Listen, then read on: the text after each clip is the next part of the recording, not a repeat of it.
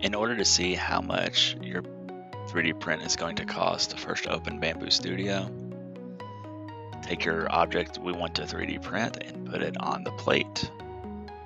You will see the colors that should match what you had in your project. Click OK. On the left hand side, you will see the different settings for the print. Go to Strength. Infill density is 10%. And make sure the infill pattern is gyroid. Go to Support. Make sure Enable Support is checked. And then we're going to the top and we're going to auto orient our project. So it's going to print the best way that it's going to see. And then we will slice plate. When you slice the plate, you'll see underneath of the filament section, or you can go to summary, but under filament you will see cost, and that is the cost we are going to use in determining how much your 3D print was.